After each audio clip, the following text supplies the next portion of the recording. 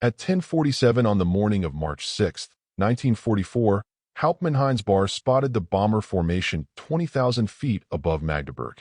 87 B-17s in tight combat boxes, contrails streaming behind them like chalk lines across the winter sky.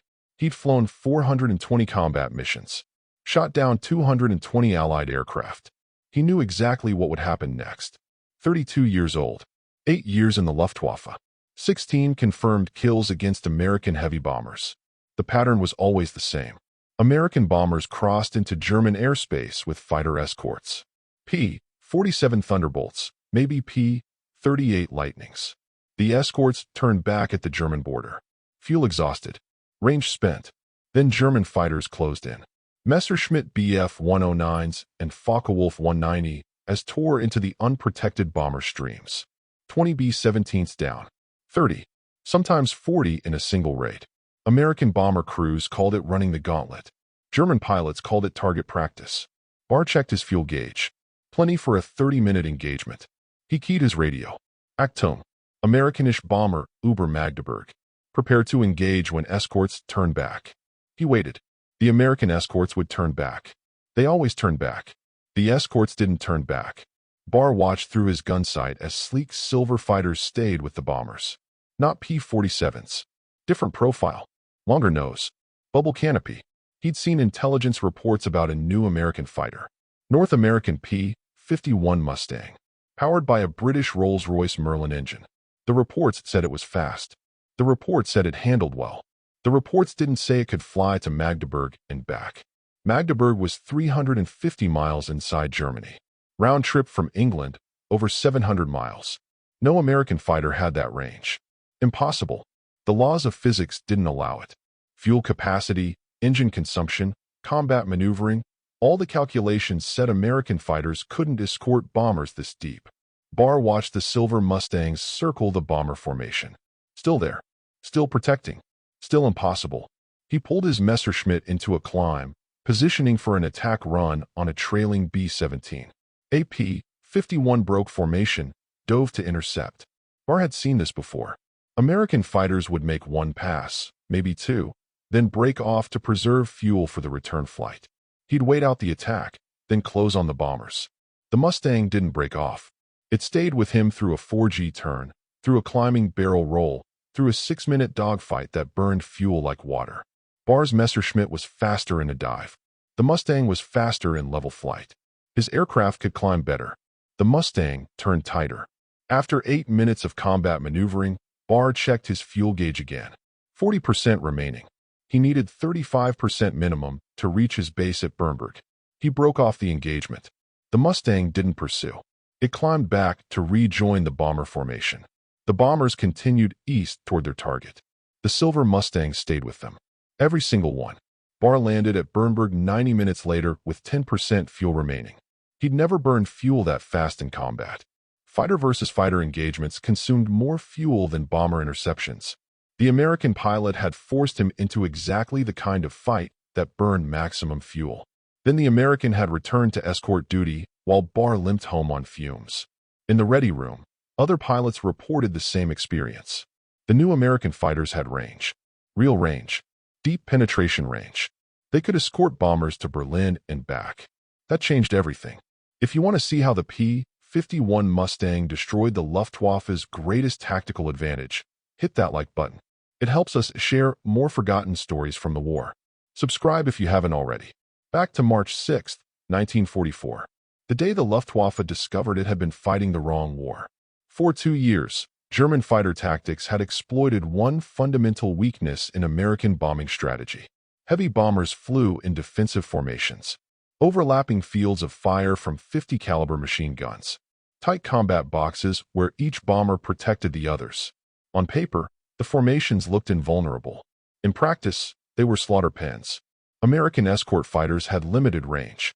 P-47 Thunderbolts carried 280 gallons of internal fuel. Combat radius, maybe 175 miles from English bases. P-38 Lightnings had slightly better range, but not much. Both aircraft could reach the German border, fight for maybe 15 minutes, then had to turn back or run out of fuel over enemy territory. German pilots knew the numbers. They'd calculated the fuel capacities, the cruise speeds, the combat consumption rates. They knew exactly where American escorts would turn back. Then they positioned their fighters beyond that line and waited. The tactic worked devastatingly well. October 1943, Schweinfurt raid. Second raid on the ball-bearing factories deep in Germany. 291 B-17s flew the mission. Escorts turned back at the German border as expected.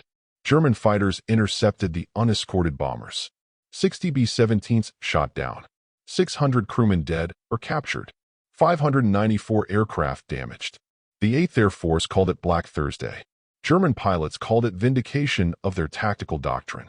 American bomber crews understood they were flying into a killing zone. From the moment escorts turned back until the moment they picked up escorts again on the return flight, they were alone. 3 hours over Germany with no fighter protection. Messerschmitts and Focke-Wulfs attacked from every angle. Head-on passes at closing speeds of 500 miles per hour. Attacks from above, below, both sides simultaneously. Bomber gunners fired thousands of rounds. Some hit German fighters. Most didn't. The German fighters kept coming. 8th Air Force statisticians ran the numbers. At current loss rates, bomber crews had a 25% chance of surviving a 25-mission combat tour. 1 in 4. Those odds were worse than infantry in the Pacific. Worse than submariners in the Atlantic. Flying heavy bombers over Germany had become the most dangerous job in the American military. The generals knew they needed long-range escort fighters. Something that could stay with the bombers all the way to the target and back. British Supermarine Spitfires had excellent performance, but limited range. P-47 Thunderbolts were tough and heavily armed, but short-legged. P-38 Lightnings had better range, but suffered mechanical problems at high altitude. None of them solved the fundamental problem. Meanwhile, the Luftwaffe refined their tactics. They studied bomber formations, identified weak points, developed specialized attack profiles. Some units focused on head-on attacks against the lead bomber. Psychological effect on the formation. Other units attacked from 6 o'clock high, diving through the formation at maximum speed. Still others used rocket-propelled mortars, firing into the bomber stream from outside machine gun range. Luftwaffe pilots developed arrogance bordering on contempt. American bombers were slow, predictable, unescorted for half their mission profile. German fighters were fast, maneuverable, flown by pilots with hundreds of hours of combat experience. The technical advantage belonged entirely to Germany. Or so they believed. The P-51 Mustang existed because of a British requirement and an American response. 1940, Britain needed fighters desperately. Hurricane and Spitfire production couldn't keep pace with combat losses. The British Purchasing Commission approached North American Aviation with a contract for P-40 Tomahawks. North American's chief designer, James Kindleberger, had a better idea. His company could design and build a completely new fighter in the same time frame. North American built the first prototype in 117 days. The NA-73, later designated P-51 Mustang. It had clean aerodynamic lines, laminar flow wings, excellent low-altitude performance. Early models used Allison engines. Good at low altitude, weak above 15,000 feet. The RAF used early Mustangs for ground attack and tactical reconnaissance. Capable aircraft, but not suitable for high-altitude bomber escort. In April 1942, Ronald Harker, a test pilot for Rolls-Royce, flew a Mustang at the RAF test facility at Duxford. He immediately recognized that the airframe had exceptional aerodynamic qualities. He wrote a report suggesting that fitting the Mustang with a Rolls-Royce Merlin engine might create a world-class high-altitude fighter. The Merlin had two-stage supercharging, perfect for performance above 20,000 feet. North American engineers mounted a Packard-built Merlin in a P-51 airframe. The transformation was remarkable. Top speed increased from 390 miles per hour to 440 miles per hour at 25,000 feet. Rate of climb improved dramatically. Service ceiling increased to 41,000 feet. The P-51B Mustang with Merlin engine became one of the fastest piston engine fighters in the world. But speed wasn't the breakthrough. Range was the breakthrough. The P-51B carried 184 gallons of internal fuel. Normal internal capacity for a fighter. But North American designed the aircraft with two hardpoints under the wings. Each hardpoint could carry a drop tank. 75-gallon drop tanks initially, later increased to 108 gallons. With external tanks, the P-51B could carry 400 gallons of fuel. 400 gallons changed the math completely. The Merlin engine in the Mustang consumed less fuel than the radial engines in P-47s and P-38s. At cruise speed, 26,000 feet, the P-51B burned approximately 40 gallons per hour. Combat maneuvering increased consumption, but even with combat reserves, the Mustang could fly escort missions over 450 miles from base. Round-trip combat radius exceeded 900 miles. That meant Berlin. That meant anywhere in Germany. That meant the Luftwaffe's tactical advantage had evaporated. First P-51Bs arrived in England in November 1943. The 8th Air Force's 4th Fighter Group at Debden received the first operational Mustangs. Pilots were skeptical. They'd been flying P-47 Thunderbolts. Big, tough, 7-ton fighters with 850 caliber machine guns. The P-47 could take battle damage and keep flying. Pilots trusted it. The Mustang weighed 4 tons empty, 7 tons fully loaded. It had 4 50 caliber machine guns in the wings, later increased to 6. It looked fragile compared to the Thunderbolt. Pilots called it the spam can. Some refused to fly it. They wanted their P-47s back. The first long-range escort mission changed opinions fast. December 13, 1943. Target, Kiel Shipyards, 300 miles inside Germany. 48 P-51Bs from the 4th Fighter Group escorted B-17s all the way to target and back. 0 bombers lost to fighter attack. Luftwaffe fighters attempted interceptions, but broke off when they realized the American escorts weren't turning back. Pilots who'd called the Mustang a spam can started calling it the Cadillac of the sky. It was fast. It was agile. It had range. And it could fight. German intelligence officers collected reports from returning fighter pilots.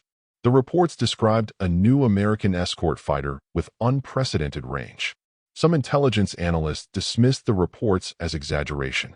American fighters didn't have that range. Physics didn't allow it. The pilots must be mistaken. Maybe they'd encountered relay formations, one escort group handing off to another at the border. That made sense. That fit existing understanding. German fighter pilots knew better. They'd engaged the Silver Mustangs in combat. They tried to bait them away from bomber formations. The Mustangs stayed with the bombers. They'd tried to outlast them, force them to burn fuel in extended dogfights. The Mustangs kept fighting. They'd tried to outrun them. The Mustangs were faster. Reichsmarschall Hermann Göring, commander of the Luftwaffe, refused to believe the reports. Impossible for American fighters to escort bombers to Berlin, he said. The Mustang was propaganda, psychological warfare, an attempt to intimidate German pilots. He ordered his fighter units to press attacks on bomber formations regardless of escort presence. Adolf Galland, general of the fighter arm, understood what was happening. He'd read the intelligence reports. He'd debriefed returning pilots. He knew the Mustang was real and its range was real. He told Göring the Luftwaffe needed better tactics, higher performance fighters, more pilots. Göring ignored him. The Führer had promised no American bombers would ever reach Berlin. That promise could not be broken. Reality didn't care about political promises. February 20th, 1944, Operation Argument began. The Allies called it Big Week. 6 days of coordinated bombing raids against German aircraft production facilities. Over 3,000 heavy bomber sorties. Over 1,000 fighter escort sorties, most flown by P-51 Mustangs. Big Week demonstrated what long-range fighter escort could accomplish. American bombers hit targets deep in Germany, escorted all the way by P-51s. Luftwaffe fighters tried to intercept. They faced American fighters with equal performance, better fuel reserves, and tactical initiative. The Americans could choose when to fight. German pilots had to fight or let the bombers through. The math became brutal for the Luftwaffe. Day 1, February 20th. 61 German fighters shot down. 99 damaged. 21 American bombers lost, but only 6 to fighter attack. The escorts worked. Day 2, February 21st. 39 German fighters destroyed. Day 3, February 22nd. 41 German fighters lost. By the end of Big Week, the Luftwaffe had lost approximately 250 fighters and 138 pilots killed or wounded. The Luftwaffe couldn't sustain those loss rates. Germany's training pipeline couldn't produce replacement pilots fast enough. Fuel shortages limited training hours for new pilots. Where veterans had 200 to 300 hours of flight training, replacements received maybe 100 hours. Combat experience dropped. Loss rates increased. The Luftwaffe entered a death spiral. Gunther Röhl, one of Germany's highest-scoring aces with 275 victories, flew combat missions through March and April 1944. He watched the quality of Luftwaffe formations deteriorate. Experienced pilots died. Inexperienced replacements died faster. American bomber raids continued daily. The silver Mustangs were always there. Röhl later said the P-51 broke the Luftwaffe's back, not because it was technically superior to the Messerschmitt Bf 109 or Focke-Wulf 190. In pure performance, German and American fighters were roughly equivalent. The Mustang's advantage was strategic, not tactical. It could be where German fighters couldn't be. It could stay when German fighters had to leave. It turned every bomber raid into a fighter-versus-fighter engagement where the Luftwaffe bled pilots it couldn't replace. March 6, 1944. First American fighter escort to Berlin. 68 P-51 BS from the 8th Air Force's 55th and 4th Fighter Groups escorted 262 B-17s to Berlin and back. Total mission time, over 6 hours. The Mustangs stayed with the bombers the entire mission. Luftwaffe defenders scrambled 170 fighters to intercept. The Americans shot down 69 German aircraft. Lost 5 bombers to fighter attack, 12 Mustangs. The exchange ratio was devastating. The Luftwaffe lost 12 aircraft for every American fighter destroyed. At that rate, the Luftwaffe would cease to exist within months. April 8, 1944. Second Berlin raid. The 8th Air Force sent 500 bombers escorted by 400 P-51s. Luftwaffe Fighter Command scrambled 230 fighters. They shot down 34 bombers. The American escorts shot down 55 German fighters. 12 Mustangs lost. The pattern repeated through April, May, June. Every major raid saw Luftwaffe losses exceeding replacements. By D-Day, June 6, 1944, the Luftwaffe could barely contest Allied air superiority over France. When American and British forces landed at Normandy, they faced minimal air opposition. The Luftwaffe had been bled white over Germany. German pilots understood what had happened. They'd lost the range war. Johannes Steinhoff, Geschwader Commodore of Jagdgeschwader 77, later wrote that the P-51 rendered the Luftwaffe's defensive strategy obsolete. German fighters had been designed for short-range interception. High performance, heavy armament, limited fuel. Those characteristics worked perfectly when Allied bombers were unescorted. They became liabilities when the bombers had escort fighters with equal performance and twice the range. The Luftwaffe tried tactical adaptations. They developed the company front formation, multiple fighters attacking simultaneously from different angles, hoping to overwhelm the escorts through sheer numbers. It failed. The Mustangs had numerical superiority. By summer 1944, the 8th Air Force was deploying 600 to 800 fighters on major raids. The Luftwaffe couldn't match those numbers. They tried technological solutions. Messerschmitt developed the Me-262, the world's first operational jet fighter. Top speed, 540 miles per hour, 100 miles per hour faster than any Allied fighter. It should have been a war winner. But the Me-262 had even shorter range than the Bf 109. 20 minutes of flight time at combat power. Pilots called it the self-defending bomber interceptor because it could barely intercept bombers before running out of fuel, let alone fight escort fighters. By August 1944, the Luftwaffe had effectively lost the daylight air war over Germany. They switched to night fighters, ground attack, desperation tactics. But the outcome was inevitable. American bombers could reach any target in Germany, escorted all the way by fighters the Luftwaffe couldn't outlast, couldn't outfight, couldn't replace fast enough. The P-51 Mustang flew approximately 15,000 escort missions over Europe. P-51 pilots claimed over 4,700 aerial victories against the Luftwaffe. They lost approximately 2,500 Mustangs in combat. an exchange ratio better than 2 to 1. More importantly, bomber losses dropped from 10% per mission to less than 2% when escorted by Mustangs. That difference saved thousands of bomber crewmen's lives. German ace Heinz Bär, who'd encountered the Mustangs over Magdeburg in March 1944, survived the war with 220 victories, 16th highest scoring ace in the Luftwaffe. In post-war interviews, he said the P-51 was the finest fighter of the war, not because of speed or maneuverability, but because of what it accomplished strategically. It ended the Luftwaffe's ability to defend German airspace. Adolf Galland, after the war, wrote that when he saw P-51s over Berlin, he knew Germany had lost the war. The technical superiority the Luftwaffe had enjoyed in 1940 and 1941, the tactical advantages they'd exploited in 1942 and 1943, all evaporated. The Americans had solved the range problem. Once they solved that, everything else became inevitable. North American aviation built more than 15,000 P-51 Mustangs. They served in every theater of World War II. Over Europe, they escorted bombers. In the Pacific, they escorted B-29s on raids against Japan from bases in Iwo Jima, 750 miles over open ocean. After the war, they served in the Korean War, in air forces around the world, as racing aircraft. The P-51 remained in service with some air forces until 1984, 41 years after its first flight. Race-modified Mustangs still compete in air races at Reno, Nevada, reaching speeds over 500 miles per hour. Over 150 airworthy Mustangs still fly today, preserved by collectors and museums. In 2006, the Smithsonian National Air and Space Museum displayed a P-51D Mustang as part of its World War II gallery. The placard reads, "The fighter that won the air war over Europe." Simple statement. Accurate assessment.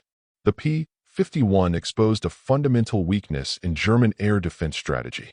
The Luftwaffe had built a fighter force optimized for short-range interception, high performance over the target, heavy armament for bomber killing, limited range because defenders could operate from bases near their targets. That strategy worked brilliantly until the enemy showed up with escort fighters that could match German performance and exceed German range. Once the Americans solved the range problem, the tactical advantage shifted permanently. German fighters could no longer wait until escorts turned back. They had to fight on American terms, burning fuel they couldn't afford, losing pilots they couldn't replace, defending targets they couldn't protect. The P-51 didn't win the war alone, but it created the conditions that made Allied victory inevitable. So what did you think about the P-51's impact on the air war? Did this change how you see the role of range in fighter design? Let me know in the comments below. If you enjoyed this story, give this video a like. It helps more history enthusiasts discover these crucial turning points from the war. Every single like tells YouTube to show this story to more people who appreciate the technical and tactical evolution of aerial combat. And don't forget to subscribe so you never miss another deep dive into the moments that shaped World War II. There are so many more stories like this waiting to be told. Stories about engineers who solved impossible problems and pilots who proved the skeptics wrong. Stories about how one technical breakthrough changed the entire strategic balance of the war. Real people, real heroism, real history. Thank you for watching, and thank you for keeping these memories alive.